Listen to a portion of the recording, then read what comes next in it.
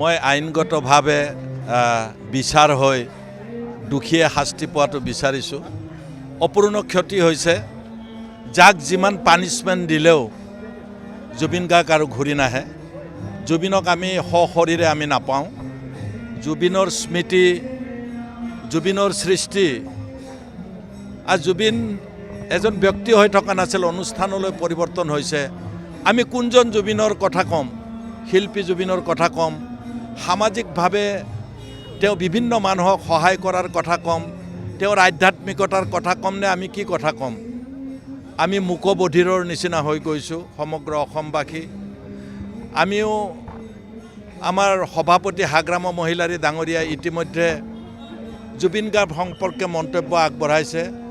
আজিও তেওঁ ইয়াত এটা চূড়ান্ত মন্তব্য দিব জুবিন গাৰ্গ ডাঙৰীয়া সম্পৰ্কে।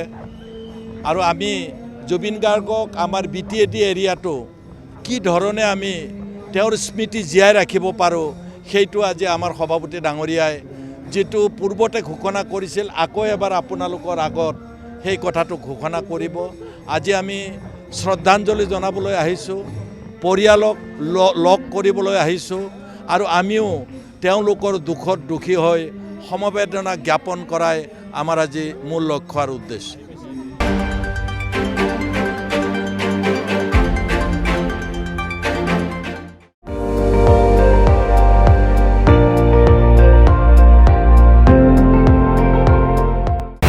আপুনি চাই আছে ND24, সৰ্বশ্ৰেষ্ঠ নহয় সৰ্বোত্তমৰ দৌৰ।